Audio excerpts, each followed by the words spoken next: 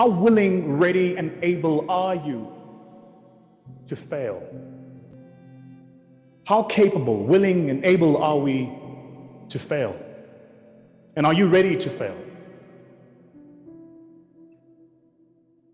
We love celebrating successes, but I hope and wish one day that we would also throw parties to celebrate failures.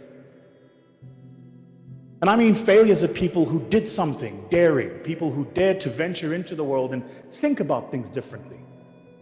To acknowledge them and say, it's not necessarily the outcome that matters, but the fact that you had the courage to go upon this endeavor.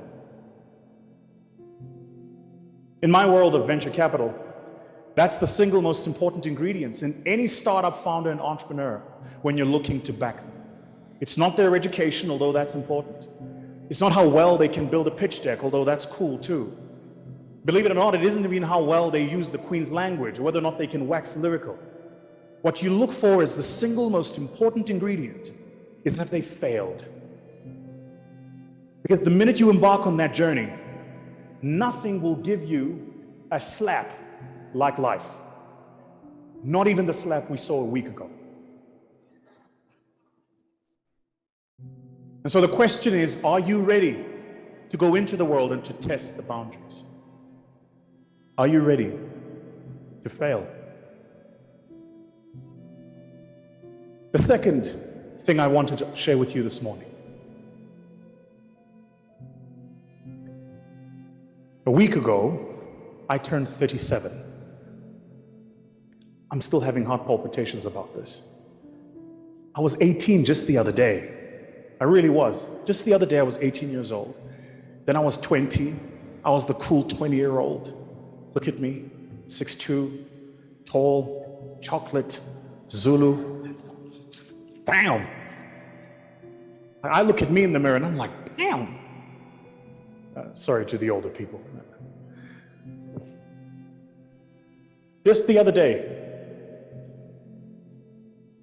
And even though it's 37, I've been thinking about the incredible journey God has had me on.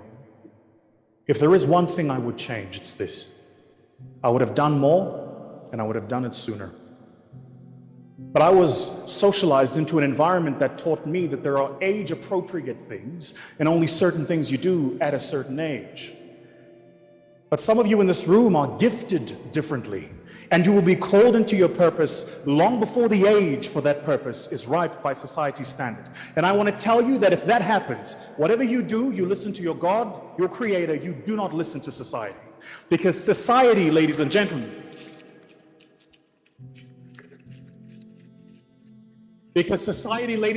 it is many things. But an acceptor of exceptionalism is not one of them. If you think about it, society is nothing more than a system of normalized averages. And so if you accept that you are neither normal nor average, then you have to accept that you're on a collision course with society from day one.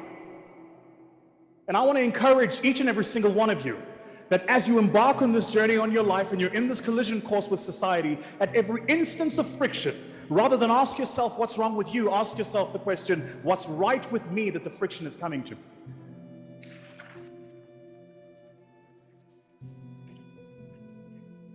We have a big job ahead of us. As a generation, we have a big job ahead of us. A big job of electrifying our continent and bringing power to households. A big job of creating industries and giving jobs that bring dignity to a people. A big job of liberating our politics so that every single African, no matter where they're born, has a fair shot at life.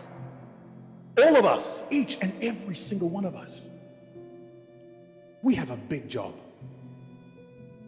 And if we're going to take on this task, we're going to have to get ready for a bit of friction with society.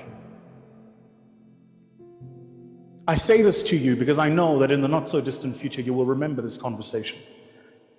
I say this to you because when I started having my frictions with society, it was the people that counseled me to help me understand the spiritual journey I was on.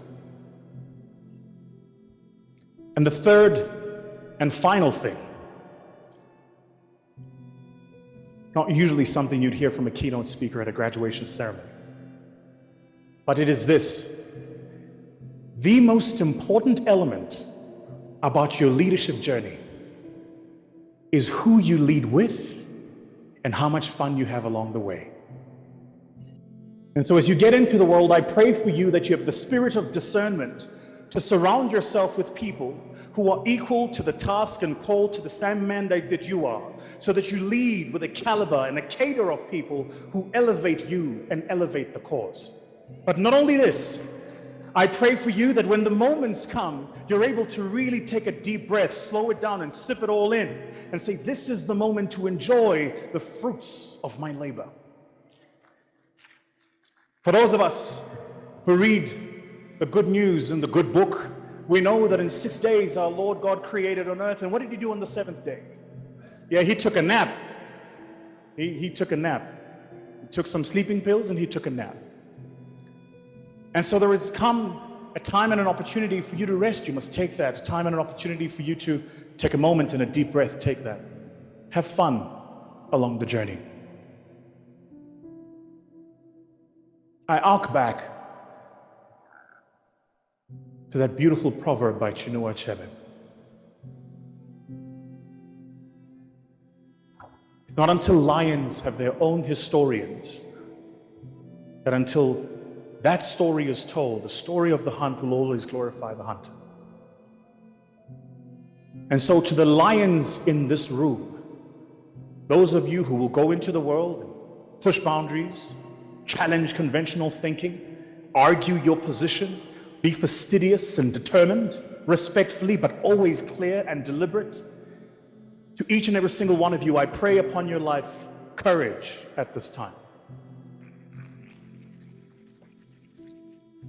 And to those of you who will go out into the world and become the historians, those who help us see ourselves differently, those who will tell the story and capture the narrative, those who will help us reframe what this word Africa means and what that word Africans means, to each and every single one of you, I hope that when, not if, you see a lion fall, you will tell them the story about their glory and not the story about the fall. We live in an insidious time in the world today where if you want something to trend, just make it and say it positive, say it negative. We live in an insidious time today where bad news takes the elevator, good news always takes the stairs. And so the question for you and I as a generation is, how are we going to use these tools of communication to change the narrative of how we see ourselves, how we see each other? I'd like to leave you with this. Many years ago, I had the incredible privilege of meeting the father of our own country and our democracy, Nelson Mandela. I had just won the World Championship in public speaking, and I was invited to come and meet him. And I went and spent an afternoon with him. And I'll never forget the day. I was 17 at the time. I was still in high school. And it was during school holidays, and my mother sent me to go and meet Nelson Mandela wearing school uniform during school holidays. Black mothers, ne? They are here in the room. They know themselves. If you are not laughing, you are the black mother we are talking about right now. I had this incredible privilege to meet Nelson Mandela. And my mother sending me to the meeting, she gave me 3 instructions. These are still the same 3 instructions, by the way, that I repeat in my head every time I get up on the platform. Just after I say a silent prayer, the 3 instructions my mother gave me was this: look smart, sound intelligent, and don't embarrass me. Really, the mandate I imagine from your parents here today as you go out into the world is look smart, sound intelligent, and whatever you do not bring dishonor upon this family and our surname. And I decided the only way to do this was if, during the entire course of my conversation with Utata, I said nothing, but I asked really good questions. I learned in that moment that people always remember the person who asks the most intelligent questions. They care far less for the one who believes they have the intelligent answers. And so perhaps the challenge for you and I then as we build our continent is, what questions are we asking about our future? What questions are we asking about our leadership? What questions are we asking about our civilization, about our generation? What questions are we asking? Because the quality of the questions we ask infers upon us the quality of the answers we come up with. And so we're over an hour into the meeting asking really smart questions, but I mean really smart questions. And towards the end of the meeting, his assistant knocked at the door, opened the door and peeked her head. 17-year-old boy at the time, I didn't know what this meant. Today, as a business person and mildly successful executive, I know that that's code for you need to end this meeting. So he looked at me just after Zelda had peeked her head and shut the door again, and he looked at me and he said, "You know, they said you are a speaker." And I said to him, "Yeah, but Tata. Tata is a Xhosa word for granddad." And he looked at me and he said, "But man, you have not spoken. You just asked a question and a question." Then he looked at me and he said to me, "Before we finish, and I've really enjoyed our time today, have you got any final questions?" So I asked him this question, and it is a question I will ask you. I said to him, "Tata,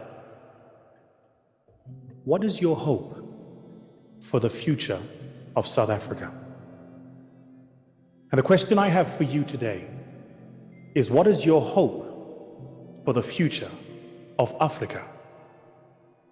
And what is your hope for the future of Africans? And he looked at me and he looked down. In classical public speaking, by the way, one of the things you're taught is to infer a lot by where a person positions their eyes. If someone looks down to the left or to the right, generally they're getting into the part of the brain where they're processing the information you're giving them in search for a good answer for that information. It takes a moment, he looks down, then he looks back at me and he says the following. He said, "South Africans need a little bit of hope, and they need a faith." And so I asked him the question, and I will ask it to you. I said, "Tata, what is faith?" "Faith," he says, "is the ability to see the invisible. It is the ability to trust in the unknown." And so the question I have for you and I is, do we have faith? Isn't it interesting? One of the things I love about who we are and our experience as a people, isn't it interesting how there are just certain things that are who we are regardless of where in the continent you find us? The spirit of how we welcome people is who we are, no matter where in the continent you find us. The spirit of no matter how downtrodden we are, every single day we have a smile of hope is a spirit of who we are. Our ability to jingle and make music and dance is who we are, no matter where in the continent you find us. And yes, let it be clear, South Africans are the best dancers in the continent, bar none. I don't want to argue about this. We can take a poll. Y'all know this. Y'all know this now. To the older people, y'all can sit this one out. But to the young people, y'all know. South Africans, we know how to get down. This is a fact. That's who we are.